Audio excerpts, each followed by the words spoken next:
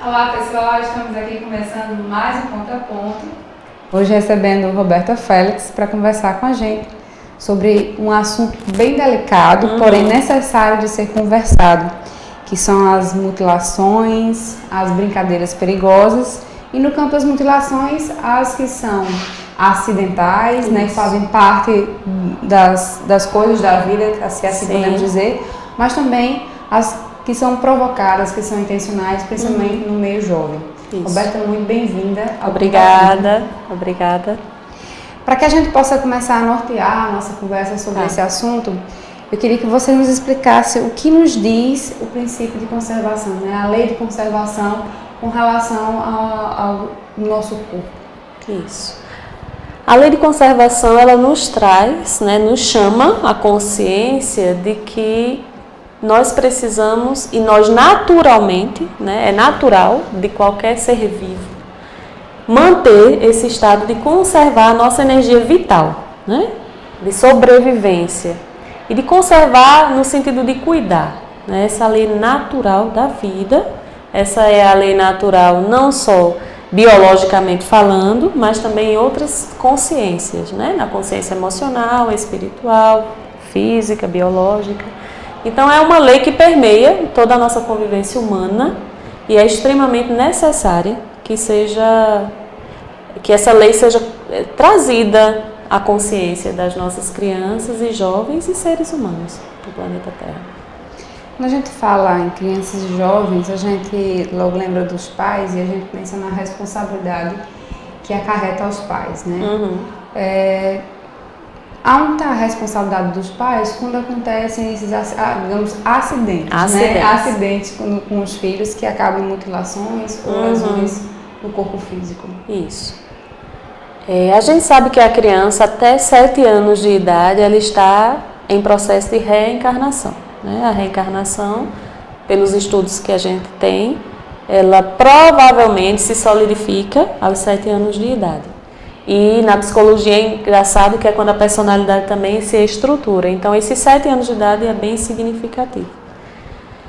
Então, essa primeira infância, ela precisa ser muito cuidada e observada pelos pais. Né? A criança ela ainda não tem uma consciência completa, nem uma maturidade completa de pensar nas consequências de suas ações e eles vão se arriscar. É natural. É natural da espécie humana fazer tentativas e erros e se arriscar. Então, assim, a responsabilidade dos pais diante desse processo é muito grande. É fundamental que essa família, né, pai, mãe, ou quem cuide dessa criança, esteja junto nesse processo de descoberta do mundo. Esteja junto nessas tentativas de brincadeiras arriscadas. E aí vai passando dos 7 anos e vai chegando à adolescência, que é outro período muito conturbado. E na adolescência ainda precisa sim. É interessante que as pessoas pensam, não, tá adolescente, já se vira sozinho. Claro que não tão quanto criança, a gente vai estar muito em cima, mas precisa ainda estar acompanhando, inclusive até os 21 anos de idade. Né? Os pais precisam ficar atentos. Cada fase da sua forma, né? Por exemplo, quando chega na adolescência, você não está mais tão junto, sentando ali para olhar uma tarefa ou não sai mais com eles juntos, eles já saem com os amigos, mas você precisa ir no quarto, olhar, observar o que está conversando na internet, observar que amizades ele está construindo, que ambientes está frequentando, que brincadeiras usualmente gosta, que música está escutando, que séries estão assistindo, porque tudo isso permeia esse universo e pode influenciar ou não em algumas brincadeiras arriscadas, em algum processo de automutilação. E aí, assim, a responsabilidade dos pais é imensa. Né? A gente estava conversando antes e eu estava comentando do caso do educador que percebeu aquele aluno no colégio que, apesar de um calor muito grande, sempre de moletom, sempre vestido. Isso. E em uma circunstância pediu para que ele levantasse a camisa, tirasse o moletom e ele resistiu até que, ao levantar, viu o braço mutilado. Isso. E aí, aos pais, ao serem chamados para a conversa, disseram que acharam normal, era da adolescência, estar sempre de moletom, né? Dentro de casa, fora de casa. Isso. Então, assim, a responsabilidade dos pais também em observar esses pequenos sinais, né? E não deixa de, coisa de adolescente. Isso. É como se fosse ficar com uma pulguinha atrás da orelha sempre, né? Uma lanterninha de alerta acesa. Tem a naturalidade realmente do processo de adolescência, né? Eles mudam mesmo, fazem coisas diferentes, mas a gente, enquanto pai, mãe, cuidador desse adolescente, precisa estar atento, né? Estar atento não é invadir, estar atento é estar sob estado de vigília, né?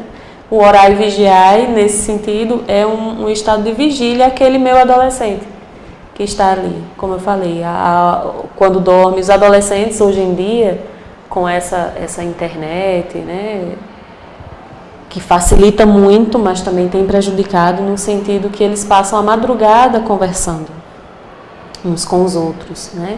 E aí vai criando um vício não muito legal, porque nesse processo, quando um adolescente está no mundo virtual, é como se ele estivesse sozinho. A gente pegar um adolescente e deixar sozinho no meio da rua, de madrugada. Então, ele está suscetível a todo tipo de estimulação e de pessoas. Então, o mundo virtual ainda é um mundo que influencia muito, positivamente, mas muito mais negativamente, essa construção desse ser humano no processo de adolescência. Então, muitas vezes eles veem exemplos de automutilação, eles ficam se comunicando na madrugada, tô triste, eu acho que eu vou me cortar, não tô aguentando mais, e fica essa rede, que ao mesmo tempo tenta se autoajudar, mas ficam entrando nesse padrão de comportamento. E muitas vezes os pais não estão percebendo, estão dormindo, ou saíram, né, ou não perceberam que o seu filho está constantemente de mangas compridas, fechado no quarto o tempo inteiro, né? São sinais que realmente é preciso observar.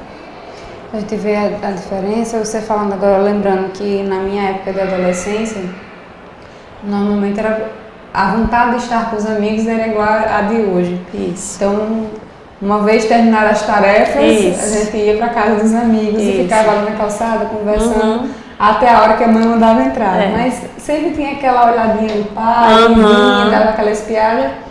Com quem está brincando, o que é que estão conversando, né? E então tinha, querendo ou não, tinha esse acompanhamento. Isso. Né? Realmente com a internet, se perde. Isso. Você não escuta não mais vê, o que está se conversando, você não sabe quem é o amigo, quais são os valores, que tipo de educação se tem também. É um mundo. O adolescente está em contato literalmente com o mundo, com o planeta inteiro. Basta um cliquezinho, ele pode falar com quem quiser no mundo inteiro. E aí muitas vezes eles usam inclusive fones, né? Estão de fones fechadinhos no quarto, mas estão ali em contato com o mundo inteiro. É um risco realmente. Porém, é uma ferramenta maravilhosa, não é uma ferramenta ruim, ela ajuda, né, na comunicação, só que tem que ser melhor utilizada e acompanhada pelos pais. No caso de uma mutilação, que a gente possa dizer que é acidental, ela necessariamente ela é uma reparação por um erro no passado? Digamos, eu sofro um acidente, perco um dedo, perco uma perna, ou acabo perdendo a visão, de alguma forma tenho o meu corpo físico mutilado. Isso é necessariamente uma reparação por um erro do passado?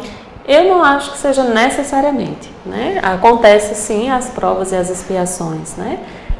Como consequências de erros de passado, mas acontece sim como uma nova experiência, digamos, que está se adquirindo para se reconstruir, né? Eu acredito dessa forma, pelo que eu tenho estudado até hoje. Às vezes pode ser até uma escolha, né? Uma escolha. Para evoluir. Isso. É um processo de escolha, um processo de evolução. Ou ali está se adquirindo uma nova situação para na próxima encarnação se resolver. E às vezes é sim também uma prova e uma expiação. Você que é mãe, né, inclusive de filhos adolescentes, trabalha aqui na Federativa no Departamento de Infância e Juventude também. Então está sempre ao redor dos jovens, né? E aí eu acho que no seu trabalho você deve acompanhar os jovens como psicólogo. Eu queria que você me dissesse, existe algo que justifique essa incidência dessas mutilações? Porque quando eu paro assim para refletir sobre o assunto, eu não sei se na minha época, eu acho que isso já existia, mas isso era uma coisa muito, muito difícil de você ver. Hoje a gente vê uma incidência maior, né? Uma frequência maior. e às vezes até as formas de mutilação às vezes nos chocam um pouco. Existe hoje algo que justifique algum comportamento social ou alguma razão ao que leve esses jovens a esse comportamento que antes não existia com tanta frequência? Veja, pelo olhar, né, da psicologia, a gente identifica que os adolescentes que se automutilam, além de estar num quadro depressivo muitas vezes, um quadro de uma ansiedade generalizada, eles também, é como se eles estivessem precisando de um limite no próprio corpo, sentir o próprio corpo, agredir, punir o próprio corpo. Porque nós vivemos hoje um conflito, né, educacional, onde o limite não é muito bem organizado na infância da criança, né? Hoje as crianças, elas têm tudo muito fácil, é tudo muito fast food, é tudo muito rápido. Então elas têm dificuldade de esperar, de lidar com a frustração. Acaba um namoro, já é muito difícil lidar com o final de um namoro, com uma nota baixa da escola. A gente vê crianças com limiar de frustração muito baixo. Isso decorre de um núcleo familiar que não está provocando ou deixando simplesmente essa criança sofrer o natural da vida, né? Que a gente aprende muito com o sofrimento. E aí o que é que acontece? Instintivamente, inconscientemente, eles começam a se machucar como uma forma de autopunir-se, como uma forma de se castigar em algum aspecto. Outros porque gostam de sentir a dor. Eles dizem, né? Alivia. Quando eu corto, me alivia, dá a sensação de alívio. Dor física alivia a dor emocional. Isso. Então, ou mascara. Mascara. Mas veja, tem um contexto de provocar a dor, de sofrer. E aí é onde vem essa possibilidade, né, essa hipótese de essas crianças não estão sofrendo na hora que precisaria sofrer lá atrás, então buscando essa sensação de sofrimento quando se sentem inadequadas ou quando acontece uma situação na vida que a faz impactar com a frustração, né? Que a maioria desses momentos de automutilação é porque estou sozinho, meus pais não deixaram eu sair para uma festa, fazer o que eu queria, eu estou sofrendo, eu não presto, eu não sou bom o suficiente, tudo situações de não saber lidar com a frustração.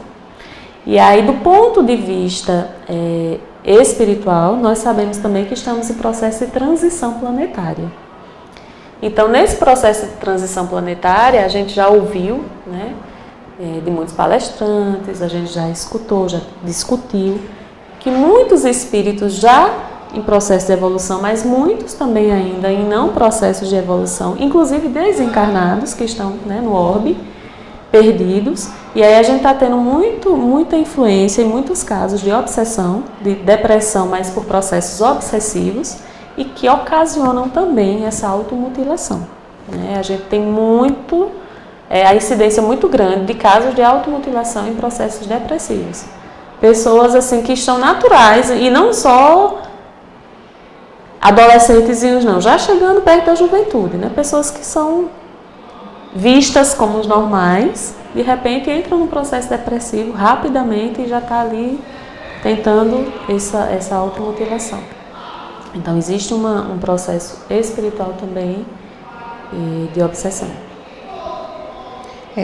Eu sempre digo, da mesma forma que tem todo um trabalho da espiritualidade superior nessa transição planetária, nesse cuidado, tem todo um trabalho também da espiritualidade menos evoluída. Está resistindo, né? Esse processo. Deixar as coisas como estão. Isso. E aí, assim, a gente está num momento muito crítico, né?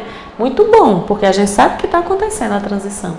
Mas de vigiar, de trabalhar, de olhos bem abertos. Isso, porque aí, quando a gente baixa um pouquinho a vigilância, está acontecendo esse processo ao nosso redor. Com relação às pessoas que são consideradas incapazes, né? Pessoas que têm transtornos mentais, que às vezes têm limitação, né, do estado de consciência, se por acaso sofre um acidente e tem uma mutilação,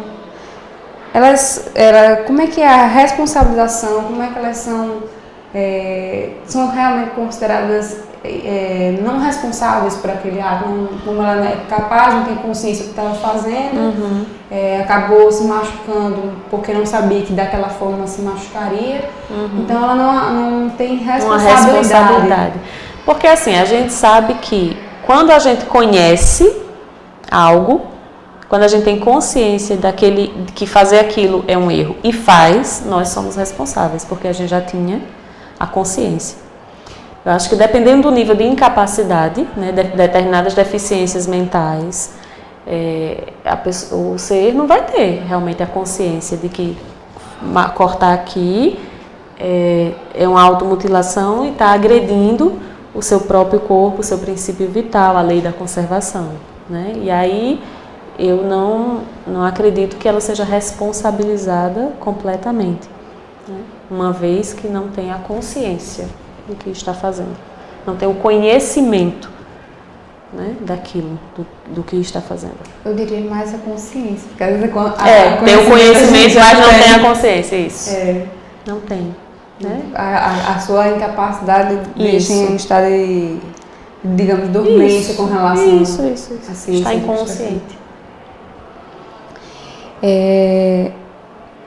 Quando uma pergunta que inclusive já me fizeram com relação quando uma pessoa sofre uma mutilação no corpo físico, né? Como a gente sabe da ligação do corpo físico com o corpo espiritual, então as pessoas perguntam, essa mutilação também ocorre no corpo espiritual? Sim. Né? E fica naquela dúvida, então se eu perder minha perna aqui, então quando eu for no plano espiritual eu vou botar sem a perna, né? Então as pessoas perguntam muito com relação como é no plano espiritual essa meditação.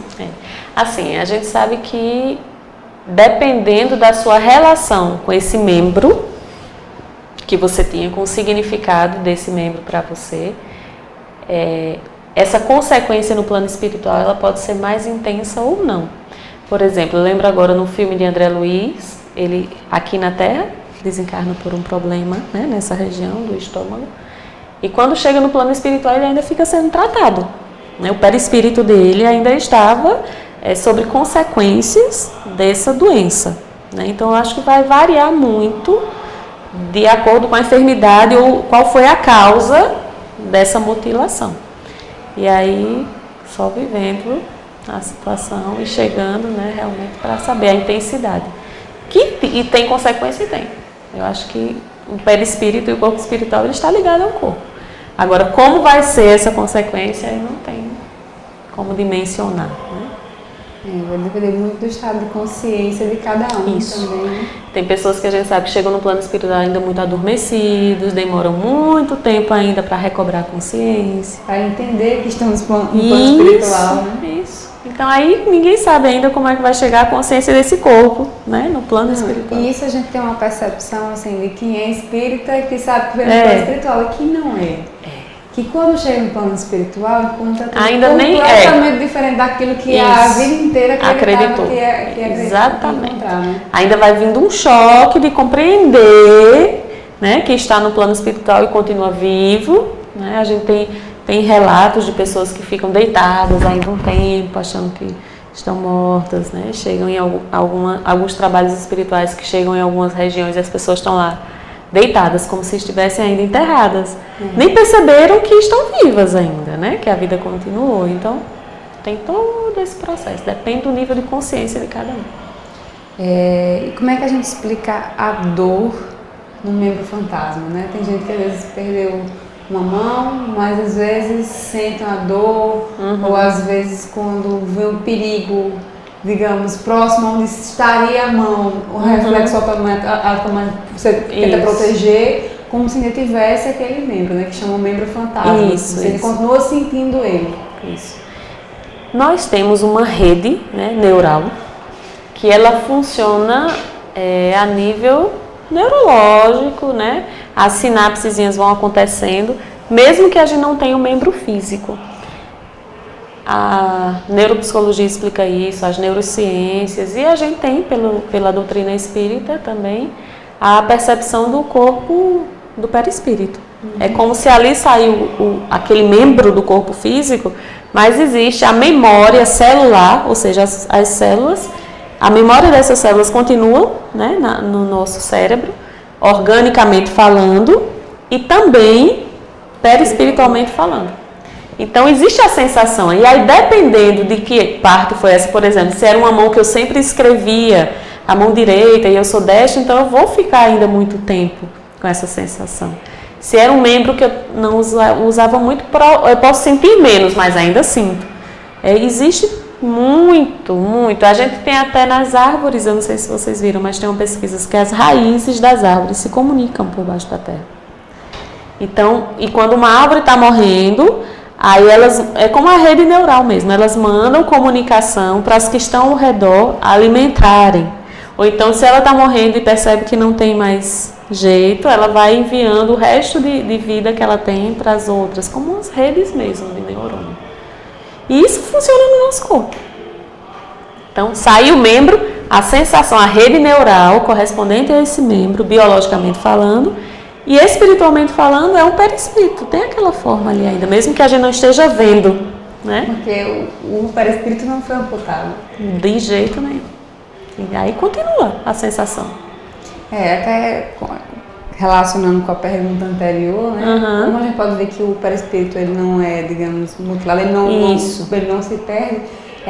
Quando a gente, talvez no plano espiritual, não veja a perna, não braço, é a nossa percepção. Isso, de que tinha na Terra. A nossa percepção. Mas continua, porque continua o perispírito, né? Continua o corpo espiritual. Não, se fosse assim, se com a destruição do corpo físico, o perispiritual também sumiria. Se desfaria, viraria. Exatamente. Viraria energia, exatamente, né? Como se diz por aí. Exatamente. Com relação às lesões físicas, né, que acontecem de forma intencional e sem justificativas aparentes, até porque quando a gente pergunta assim, será que existe uma justificativa, né, para uma lesão? A gente pensa, será que ela também atinge o perispírito? Aí você já falou, né? Que deixa as suas impressões, né? Agora, a recuperação desse perispírito, né?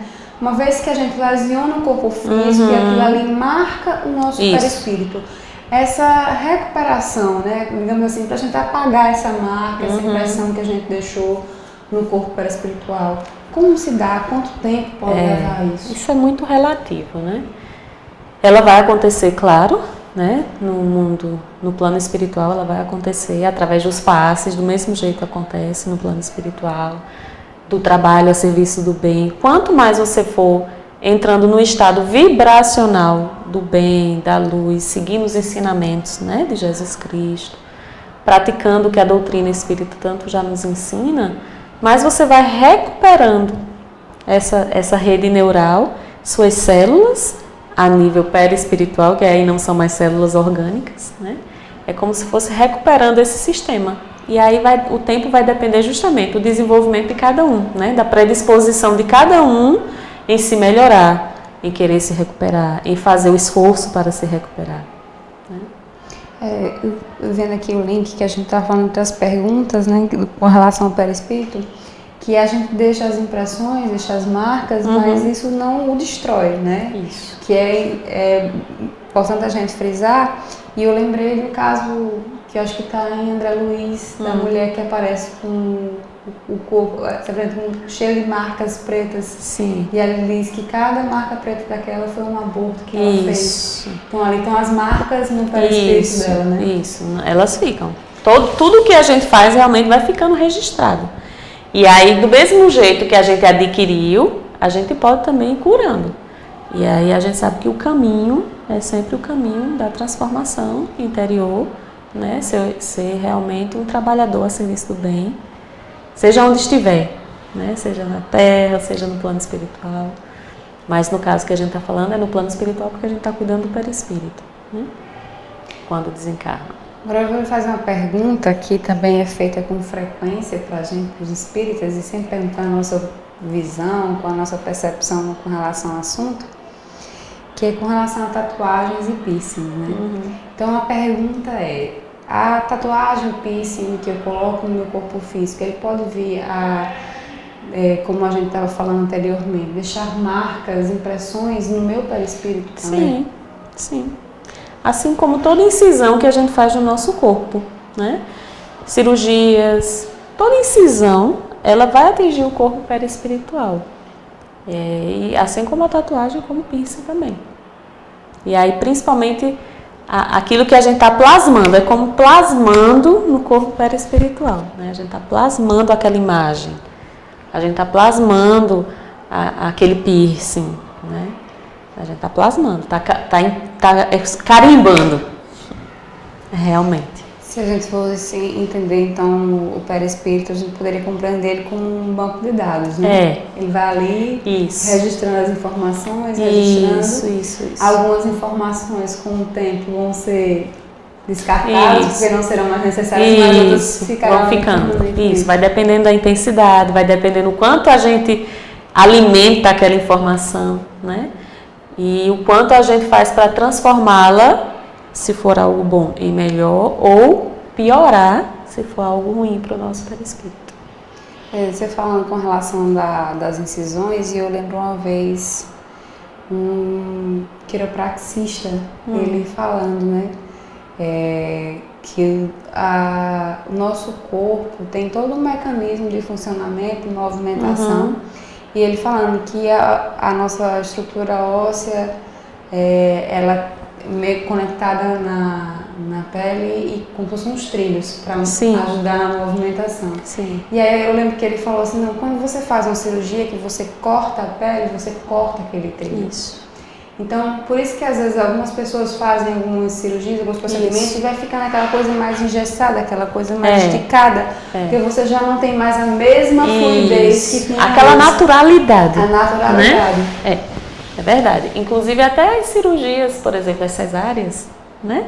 Por isso que se fala tanto parto natural. Claro que se não dá para ser natural, vai ser cesárea mesmo, mas assim, tem uma intervenção, né, nessa região.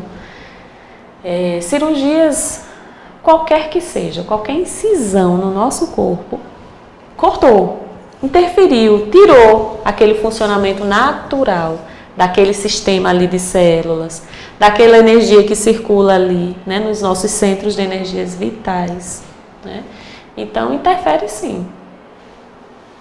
Interfere. Eu me lembro, você agora se falando, como eu fiz cirurgia bariátrica, então tem vários métodos de cirurgia, né? E tem uns que você tira a parte do órgão fora e outros que não. E aí a minha escolha foi para o que não tirava o órgão. Ótimo. Não, eu prefiro conservar tudo e ter a possibilidade de, se necessário, voltar tudo ao seu funcionamento normal como antes. Eu pensei assim, no perispiritual, é melhor deixar assim, o mínimo possível. O mínimo possível. Mas se a gente, que a gente também às vezes não tem a dimensão dessa relação do corpo físico com o corpo espiritual. Isso. A gente está tão ligado no corpo físico que a gente esquece do espiritual e muitas vezes não vê o quanto uma coisa interfere. Vice-versa, né? Tanto o que a gente faz no nosso corpo físico interfere o perispírito do corpo espiritual, como as interferências espirituais chegam ao nosso corpo físico, né? Doenças psicossomáticas, né? Que começam no corpo perispiritual e espiritual e se manifesta no corpo físico. Muitos desequilíbrios acontecem. E a gente pode dizer até que verdadeiras mutilações, né? Sim. Porque você vê pessoas perdendo muitas coisas emocionalmente, né? Isso. Por causa de problemas espirituais, a gente pode dizer assim, perdendo inclusive a vontade de viver. Isso. E começa aqui, no campo, nesse corpo mais sutil, né? Até vir para o corpo mais denso, que é o corpo físico. E é muito forte isso. Muito. E nós estamos vivendo isso com muita intensidade. E aí a importância da gente tomar consciência dessa ligação, que não está nada separado, está tudo junto. Né? Se a gente vai cuidar da nossa saúde, a gente precisa cuidar da nossa saúde física, emocional e espiritual. Aí há quem diz assim, mas Quando a tatuagem é uma tatuagem daquelas meiinhas, fofinhas, é uma homenagem ao filho, homenagem ao pai, aquela homenagem querida, é a letra da minha música preferida. Não é uma tatuagem agressiva, né? Não é uma tatuagem de gangue. Sim. E aí, mesmo assim... Sim, fica lá. Né? A questão não é a tatuagem ser bonita ou feia, é bom ou ruim, apenas fica impregnado, fica carimbado no seu perispírito. Né? Essa é a questão. Não é um julgamento do que é, né? Fica tatuado no seu perispírito. Uma curiosidade também com relação a isso. Às vezes a gente pode compreender, nós mulheres todas temos pelo menos um piercing, né? Que é o furo na orelha. A gente já vem ter, a gente acha natural, mas não deixa de ser. Mas a gente vê também pessoas que colocam piercing no rosto todo, né? No rosto inteiro. Então você vê ali também que não é só uma questão, porque eu acho bonito, porque é uma homenagem, porque é uma coisa que eu queria registrar. Já é também ali um transtorno. Já vai, tudo que excede, né, já vai entrando para um desequilíbrio, né, do equilíbrio vital e natural. Então, veja, a gente sabe que no nosso corpo existem pontos, né? A acupuntura se utiliza disso, a saúde, a medicina ayurvédica, né? Essa saúde mais antiga dos chineses, da homeopatia. Todo o nosso corpo é cheio de pontinhos que vão ser ligados aos nossos centros vitais. Então, todas essas coisas, tatuagem, brinco, piercing, que a gente vai se furando, né? Tá interferindo no nosso campo de energia, no nosso corpo perispiritual. E, às vezes, também uma necessidade, justamente por algum desequilíbrio, seja de ordem física, emocional ou espiritual, de estar perfurando o seu corpo. Né? Eu acho que a pergunta seria assim, por que perfurar meu corpo tanto? Né? O que é que me leva a isso? Sem julgamento, apenas refletir mesmo. Por quê? Né? Tendo, se a gente parar para o princípio de conservação, porque se é algo que eu preciso conservar e cuidar, não apegar-se, mas é um instrumento, né, que eu tenho para utilizar bem essa reencarnação. Por que machucar? Por que furar? Né? Por que de forma exacerbada, marcar tanto? A gente também tem que poucas pessoas falam, mas que é extremamente necessário, que são as mutilações de utilidade. Aí alguém pode perguntar, como assim mutilação de utilidade? O que é útil, né? Não, como é que uma mutilação pode ser útil, né? E aí a gente vem com a doutrina que nos diz que a gente precisa realmente mutilar alguns velhos hábitos, nosso orgulho, nosso egoísmo. São coisas que a gente realmente deve cortar fora de nós, né? Nos libertar mesmo deles. Extirpar mesmo. Aí a pergunta é, qual a melhor forma da gente fazer essa mutilação? Porque o nome mutilação é forte, mas é essa visão mesmo, é o tirar, né? Tirar. Cortar pela raiz. Compreendendo que ainda fica a sensação daquilo que foi mutilado, como a gente estava falando, né? Então, não é algo tão simples e é por isso que eu acho que a gente vem encarnando e reencarnando, se melhorando, né? Para ir buscando realmente extinguir mesmo da nossa essência o egoísmo, principalmente, porque eu acho que é uma erva daninha, né, da humanidade. E a forma que eu, pelo menos, tento, como ser humano também, que tenho minhas falhas, meus estados conscienciais ainda, né, de buscar melhorar. E ao meu redor, eu sempre que tenho a oportunidade de conversar com jovens, com crianças, na minha família, eu sempre falo que o melhor caminho é a reforma íntima, e essa reforma íntima se dá quando a gente primeiro para de olhar para fora, de acusar, né? Eu sou assim por isso, ou então foi por aquilo, eu estou sentindo isso, e começa a olhar para dentro. Tá, mas o que é que eu posso fazer? Eu estou com raiva porque eu não tive tempo suficiente de resolver uma situação, mas é porque a vida é boa para fulano, mas não é boa para mim. E isso é um princípio egoísta, né? A gente não está nem achando bom que o outro seja feliz e ainda quer para a gente. Mas aí se eu paro para pensar, mas o que é que eu posso fazer na minha vida sendo assim, mesmo cheia de dificuldades? Como é que eu posso me melhorar? E aí é quando a gente começa a tirar O foco, quando eu digo voltar para a gente dentro, não é para o nosso umbigo, não, que tem uma diferença, quando eu quero que tudo aconteça ao meu redor. E aí a gente começa a olhar as dores que tem na humanidade, né? E aí a gente começa a querer fazer o bem, querer ajudar. Eu percebo que o caminho de fazer o bem, desde dentro de casa, ao seu vizinho, no carro dirigindo, no seu trabalho, fazendo uma ação caridosa, dando um abraço, conversando, fazendo uma prece para alguém, esse estado de querer ajudar o próximo, ele naturalmente vai nos auxiliando a extinguir esse egoísmo, né? essa maledicência, esse julgamento, e vai nos ajudando a entrar realmente em sintonia com o que Jesus Cristo veio nos ensinar, né? Amar o próximo como a si mesmo.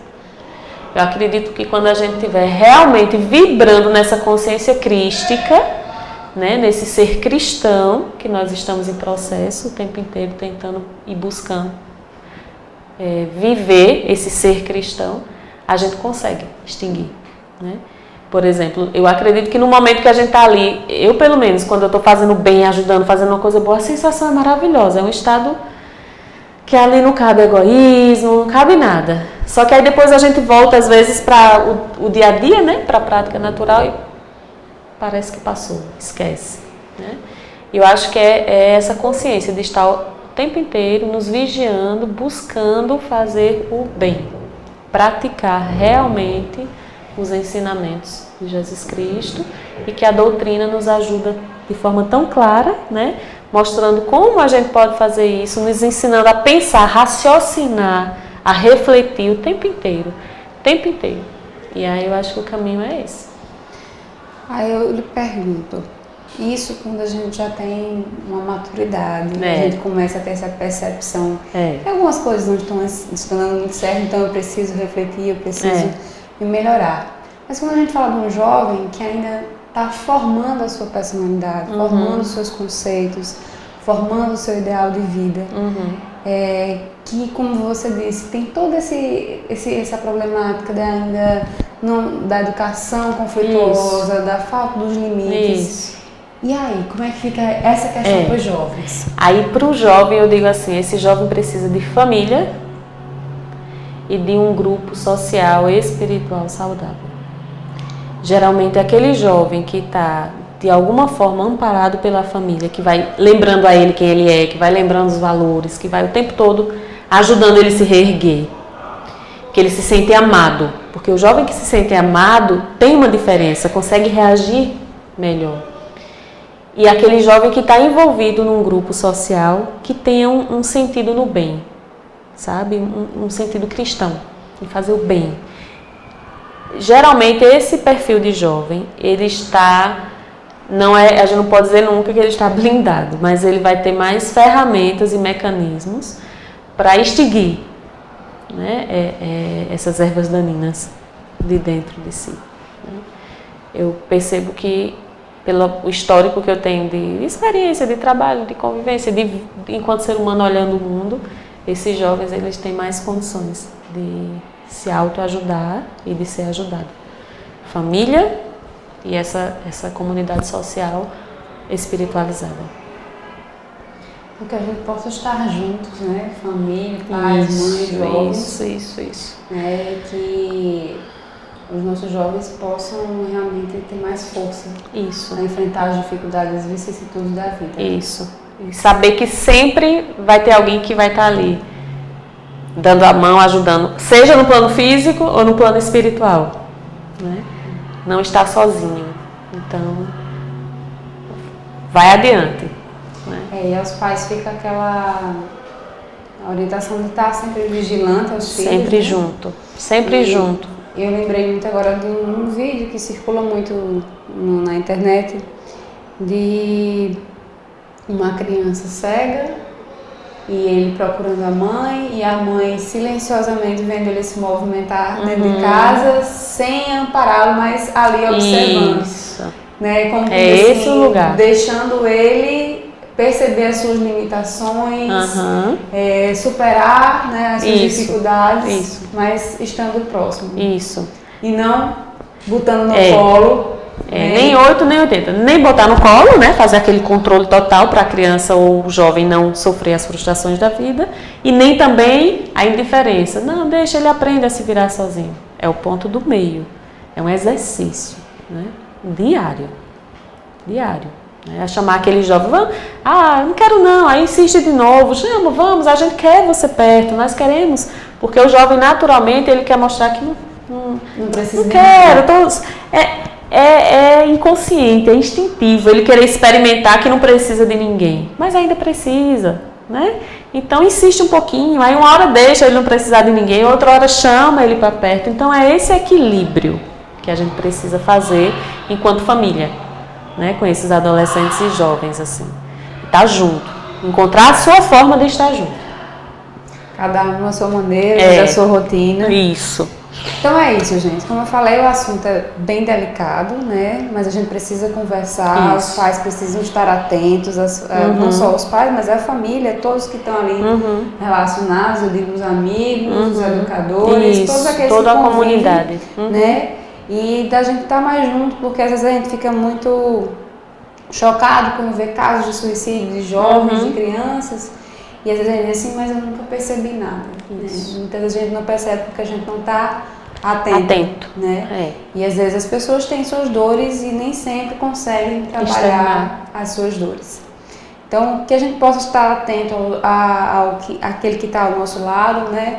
A sua diferença, a sua mudança, a sua tristeza, mas também estar atento a nós mesmos, né? Como nós estamos como é que nós estamos reagindo às situações, né? Nesses contextos. Com os problemas. Então, que a gente possa estar sempre orando e vigiando, como o mestre muito bem nos orientou, e que a gente possa enfrentar as dificuldades e passar por esse momento de transição cada dia melhores. Assim esperamos, né, Roberta? Isso. Assim estamos tentando e trabalhando, né? E com essa esperança mesmo, que tem um mundo se regenerando. Caminhando sempre. Né? Roberta, muito obrigada por mais essa participação. Eu que agradeço de contribuir. Fico feliz em estar aqui. Espero ter contribuído e que essas mensagens, né, essa conversa chegue aos corações e às mentes, né, dos encarnados e desencarnados, que estão nos acompanhando, né? Então, gente, vocês que estavam aí nos acompanhando, muito obrigado pela participação, pela audiência de todos vocês. A gente se encontra para mais um Ponto a Ponto, sábado que vem, 16 horas, horário local. Um grande abraço a todos, excelente semana.